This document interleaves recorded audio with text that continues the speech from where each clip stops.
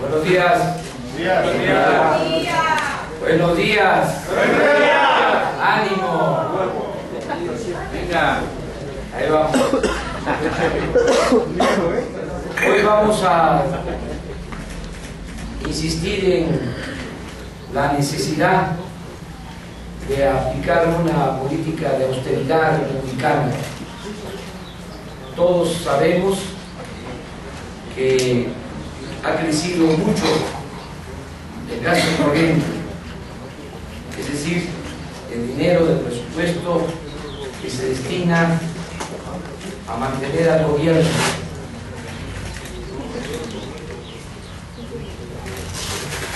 Estamos ante una realidad. Hay un gobierno faraónico, un gobierno que absorbe mucho dinero del presupuesto, que es dinero de todo el pueblo. El cambio verdadero significa liberar fondos, ahorrar, para que se puedan impulsar actividades productivas, crear empleos, atender el bienestar de la gente.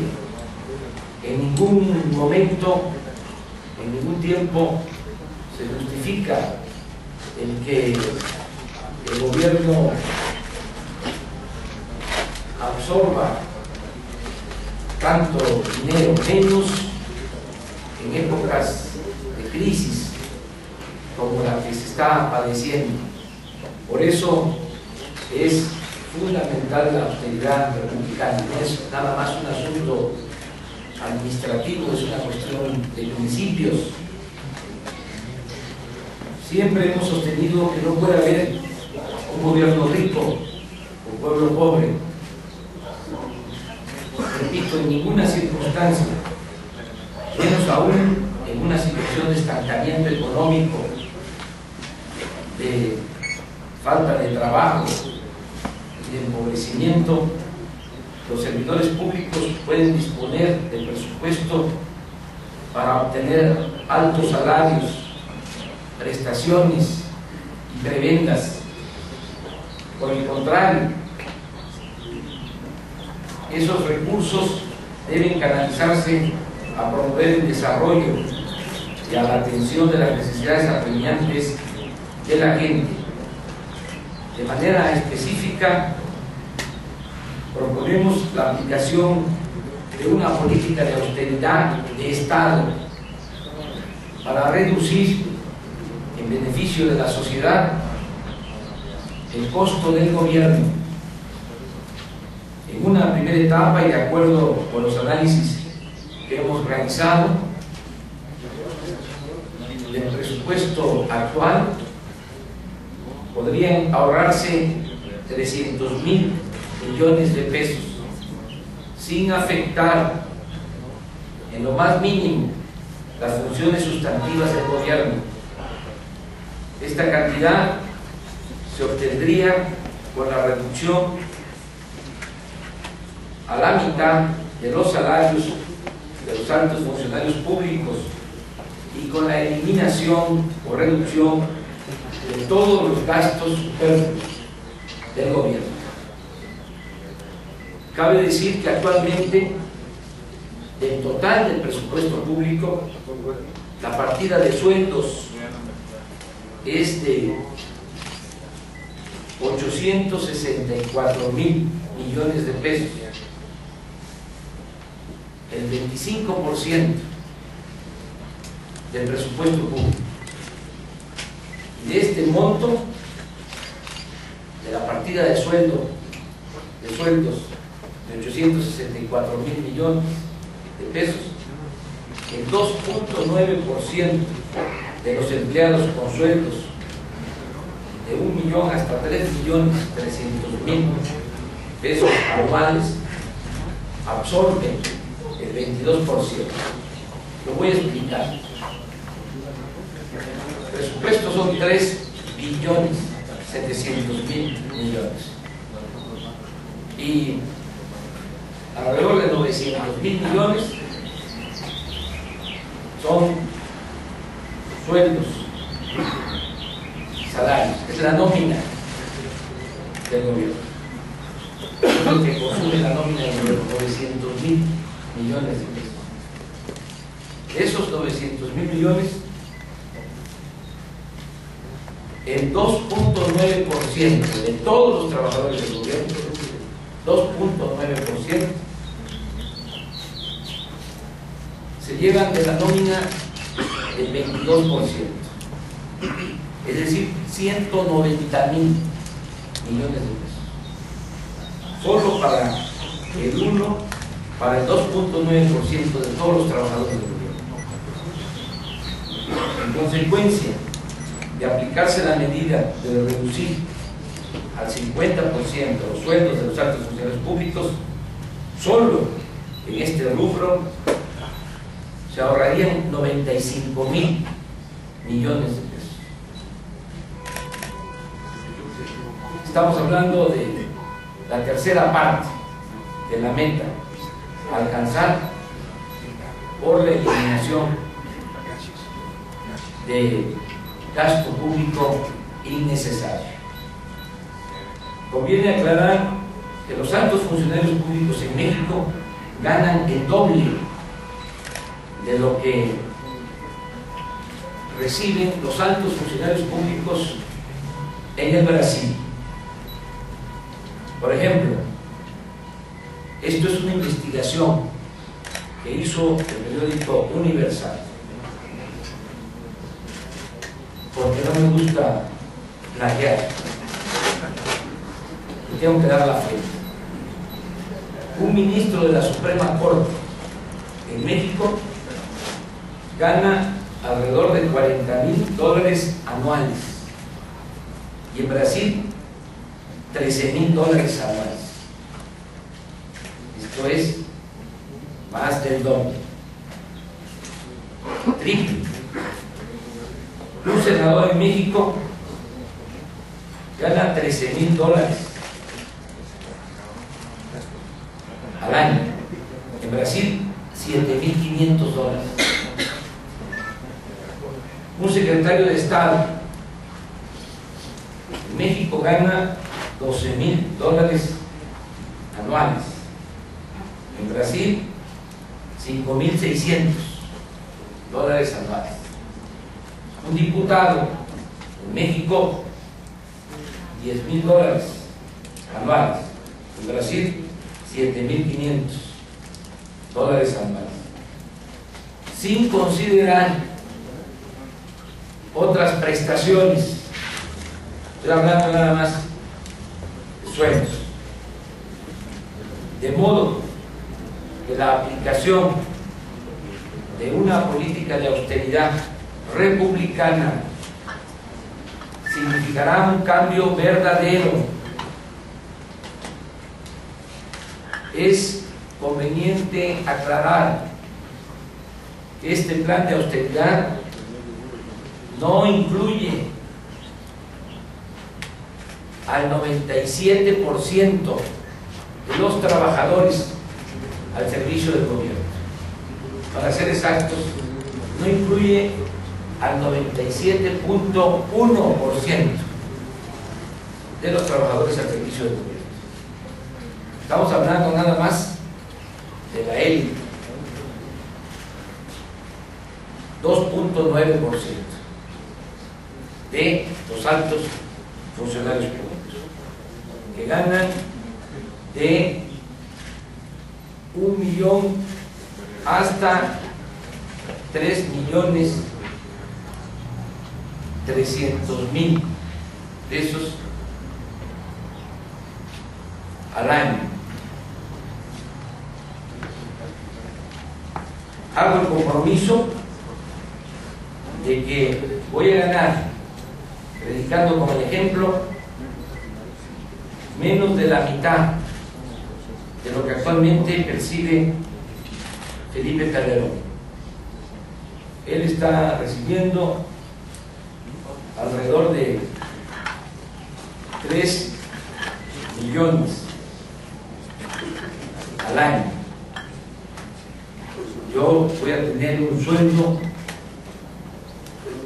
de 100.000 pesos mensuales. Se eliminarán todos los gastos superfluos e improductivos de los altos funcionarios públicos. Esto es, se va a terminar con toda la parafernalia del poder. No va a haber atención médica privada para altos funcionarios públicos, cajas de ahorro, como sucede actualmente. No se van a usar, repito, aviones, helicópteros privados. No va a haber turismo político al extranjero. Vamos a ahorrar. Todo lo que se obtenga con este plan de austeridad, los 300.000 millones de pesos que vamos a ahorrar, se destinarán a la creación de fuentes de trabajo y al bienestar del pueblo de México. Este es el plan de austeridad. Esto nos va a permitir tener fondos para el desarrollo. Por eso sostengo que no hace falta aumentar impuestos ni crear impuestos nuevos, porque si hay una buena orientación del presupuesto público, un manejo adecuado del presupuesto, si evitamos la corrupción y si el dinero del presupuesto se distribuye con justicia, va a permitir mejorar las condiciones de vida y las condiciones de trabajo del pueblo de México. Vamos de esta manera a sacar al país del estancamiento económico y de la crisis que afecta. Este es el planteamiento que estamos haciendo. Señor,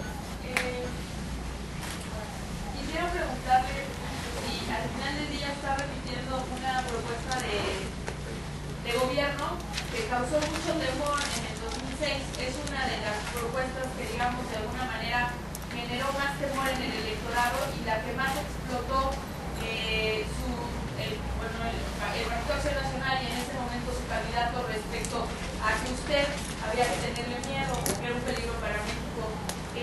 ¿Por qué repetir esta fórmula cuando ha cuidado mucho su estrategia en el sentido de cuidar los errores que se cometieron en el 2006 por un lado, y su opinión respecto a que Enrique Peña Nieto incluso está destinando ir a los foros universitarios en los que usted ha participado y está abierto a hacerlo? Ya dijo que no más opciones de dos debates.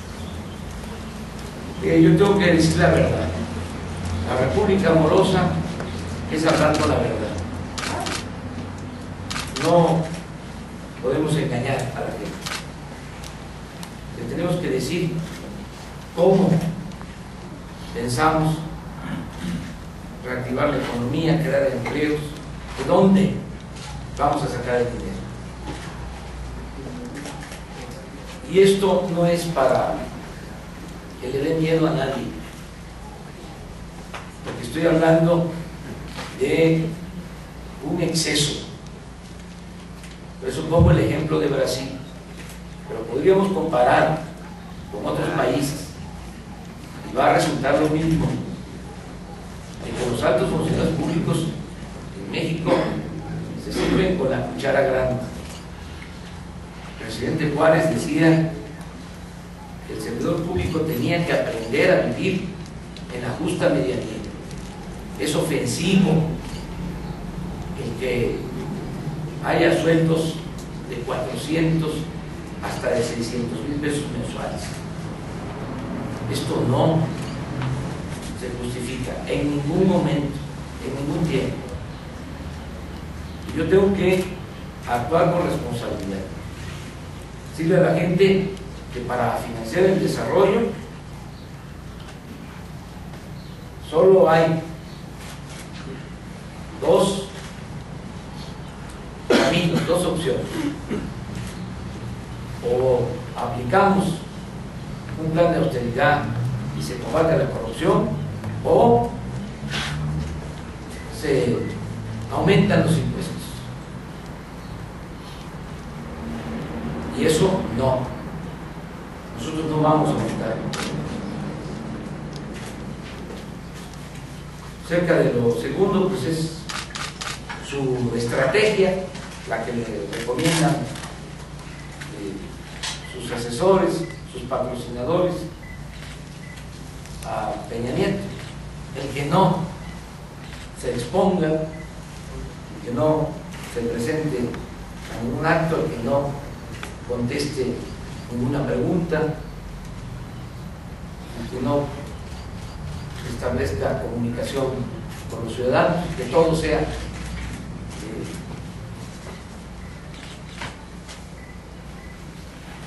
preparado en foros de televisión con teleprompter, donde esté leyendo,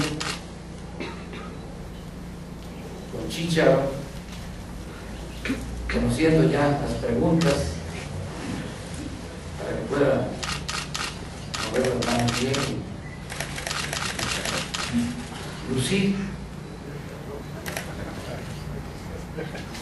Es parte de la mercadotecnia,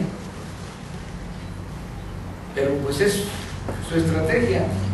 Y lo que me llama la atención es que haya silencio en los medios de comunicación, no en todos se ve, pero no se le invita a Peña Nieto a entrevistas abiertas, no asiste a ninguna entrevista, pero allá él, y sobre todo esto lo va a decidir la gente, los ciudadanos.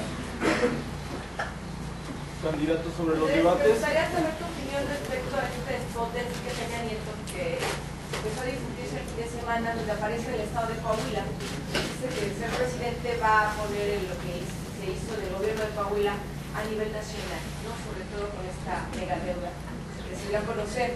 Y también el fin de semana a las Fuerzas Armadas se les escapó por segunda vez en el estado de Coahuila Heriberto Lascano, el líder fundador de los Zetas. Llegaron por segunda vez tarde las Fuerzas Armadas. ¿Qué te parece? Tuvieron una fiesta ahí en el estado de Coahuila. Gracias.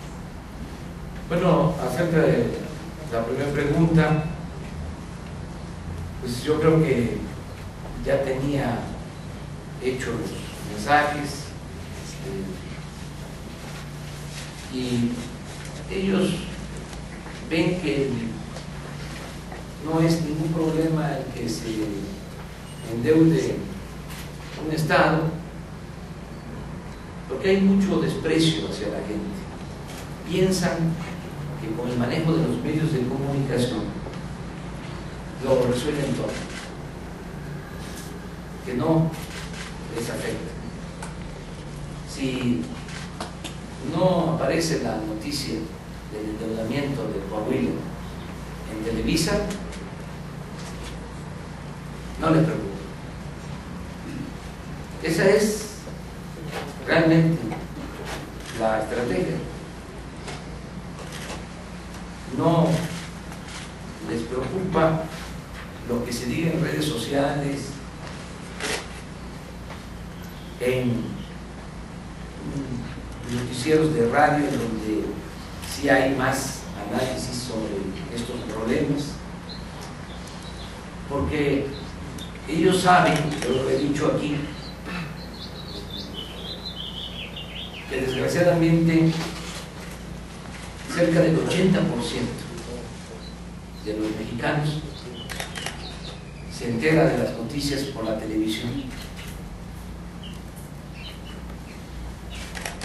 Y el que controla la televisión, según esta lógica, lo controla todo.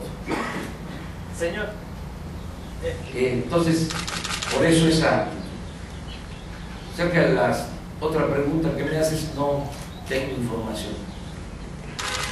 Señor, gran parte de su campaña se ha basado en el combate a los monopolios y a la corrupción. Yo quería preguntarle qué tipo de complicidades en los tres niveles de gobierno ve en el caso concreto de Walmart y el caso de los sobornos.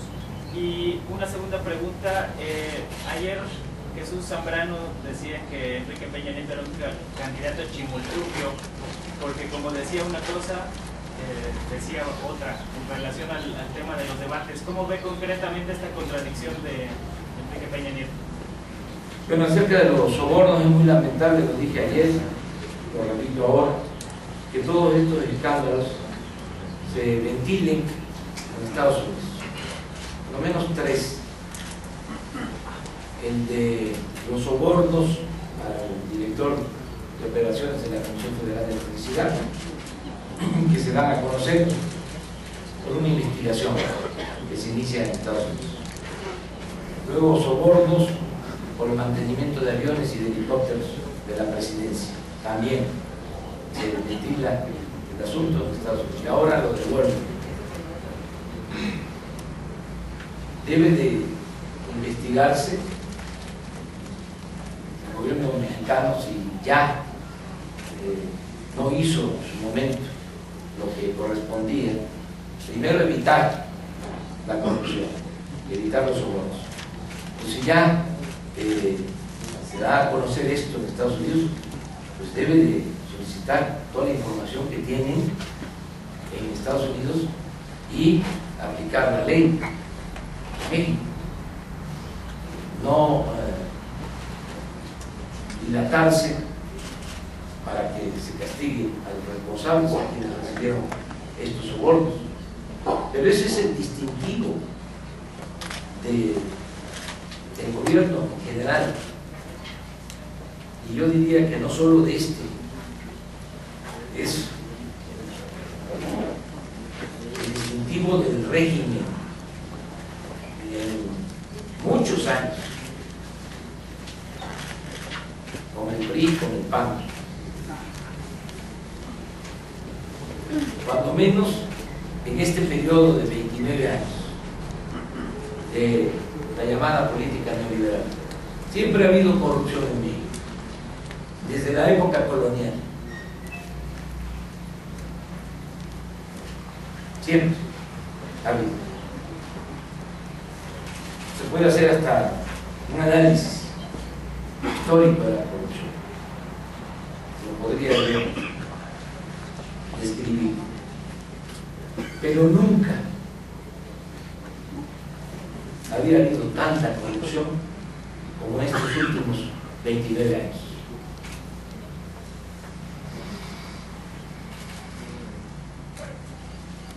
Estos últimos 29 años han convertido al gobierno en un comité al servicio de una minoría que se ha dedicado a hacer jugosos negocios, se le puede llamar de esa manera, al amparo del poder público. Mucha corrupción. Y por eso sostengo que es el principal problema del país, la corrupción imperante. Es lo que ha llevado a esta monstruosa desigualdad, porque una minoría se ha hecho inmensamente rica, al mismo tiempo que la inmensa mayoría del pueblo de México se ha empobrecido. Y la pobreza no es por la fatalidad o por el destino o por la mala suerte, es porque se padece de un régimen de corrupción, de injusticias, de privilegios. Entonces el cambio verdadero es terminar con este régimen de corrupción.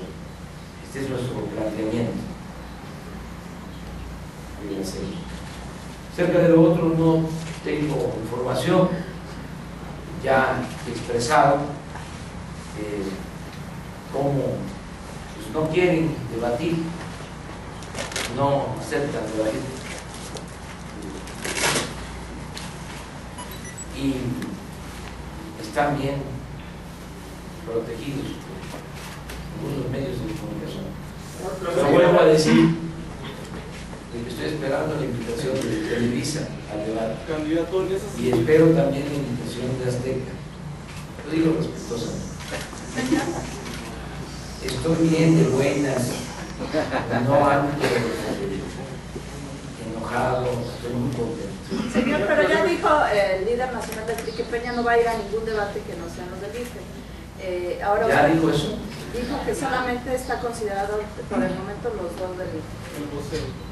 Y también preguntarle, usted hace 6 años no quiso ir a un debate, ¿con qué argumentos ahora podría llamar o qué le dice a Peña Nieto para que se anime a debatir? Son otras circunstancias cuando decido no asistir al debate, a uno de los debates, es porque tenía información de que precisamente los medios, algunos medios, ya tenían hecho un programa para salir al día siguiente a decir que había perdido el debate. Fui al segundo debate y ahí están los resultados. Ahora es distinto porque sus medios están protegiendo a Peña Nieto. Y además, el tema, el debate ahora, tiene que ver con la intención de los que no quieren el cambio de sentar en la silla presidencial a alguien que no tiene capacidad, para decirlo menos. Están queriendo dar gato por liebre con el manejo de los medios. No quiere que vaya al debate porque no tiene argumentos. Esa es la verdad. Sería razonable, ¿no?, que solamente se hicieran los dos debates del IFE. Sí, y además con ese formato del IFE de 2 minutos por tema. Yo que no hablo de corrido, imagínense. Te voy a decir, amigas, amigos,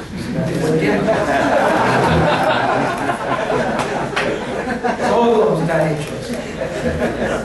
Bueno, Pero señor, ¿qué les- justamente lo del IFE, al parecer están tratando de hacer ajustes en cuanto al formato, respecto a si se puede o no por parte de los candidatos llevar documentos, fotografías, mostrar ese tipo de elementos en el debate, y al parecer no lo van a aceptar.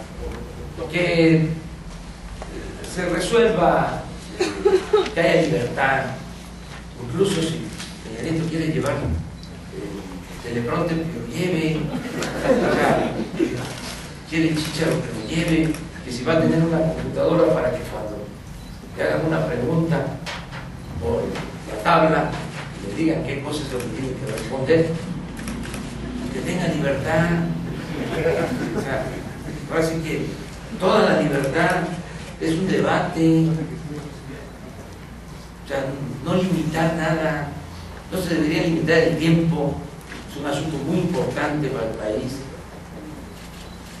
y tampoco que los candidatos puedan llevar pues, notas o apoyarse en internet, que tengan comunicación con sus asesores, o sea, pues ahí la gente se va a dar cuenta. Andrés, ¿se arrepiente? Ya eso no debería ser, o sea, se está pasando lo digo también de manera respetuosa, sin ánimo de dañar a nadie. Se está extralimitando el IFE, que garantice libertad a todos. Andrés, ¿te arrepientes de no haber ido al segundo debate, o al primero más bien del 2006, que por eso ahora estás abierto a todos los debates que se puedan? No, son circunstancias distintas. En ese momento actuamos como consideramos conveniente.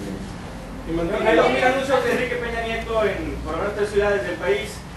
¿Cuántos tienen ustedes contabilizados en esta auditoría ciudadana que les hicieron? Yo le voy a pedir a Ricardo Monreal que haga pues, otro corte y que hable con ustedes. ¿Sí? ¿Cuántos tienen ustedes? Que les dé información, porque pues no tengo yo el dato ahora, pero sí se está llevando a cabo un seguimiento. Esos 2.000 representan 90 millones solamente de los 150 millones que ustedes habían señalado. Hay una diferencia ahí todavía muy grande. ¿Tienen contabilizados en otras ciudades o dónde está la diferencia? Pues yo prefiero que Ricardo les convoque y les dé toda la información. Mantiene la postura del debate MBS de que solo si va Josefina va usted porque no quiere, entiendo que no quiere debatir solo con Cuadri, o qué es lo que va a pasar. Yo voy mañana. ¿Sí va? Sí. Aunque solo vaya Gabriel Cuadri. Pero no sé si ya expresó la señora que no va a ir. Josefina sigue pensando. Ah, bueno.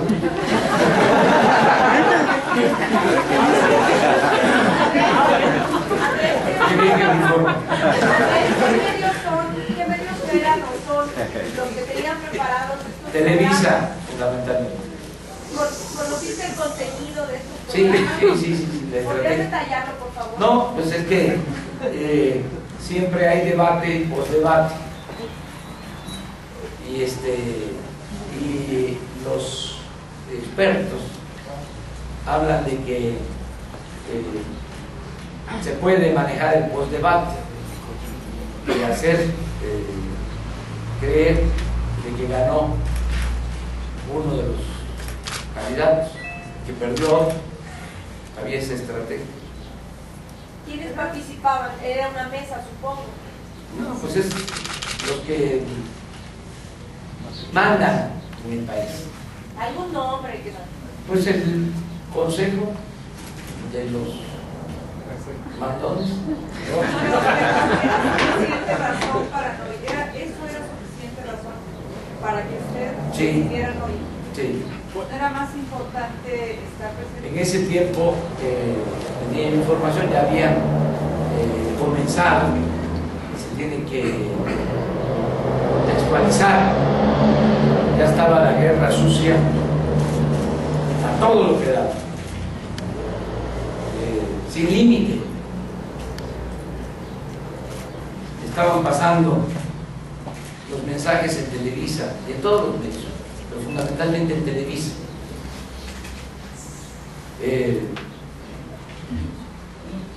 Imágenes de Chávez conmigo diciendo Chávez patria o muerte, con armamento y el bombardeo. López Obrador un peligro para mí y que no convenía el cambio, se caían las bardas, se caían las bicicletas, se cerraban las cortinas, estaba al 100 la guerra sucia, y era parte de eso. ¿Por qué así fue al segundo? Porque tenía yo muchos elementos, ahí están los resultados. ¿Te recuerdo lo del segundo debate? Fue cuando hice la denuncia de Hildebrando. No pasó nada. Dijeron que no era cierto. Es más, hasta presentaron una denuncia contra mía de Brando.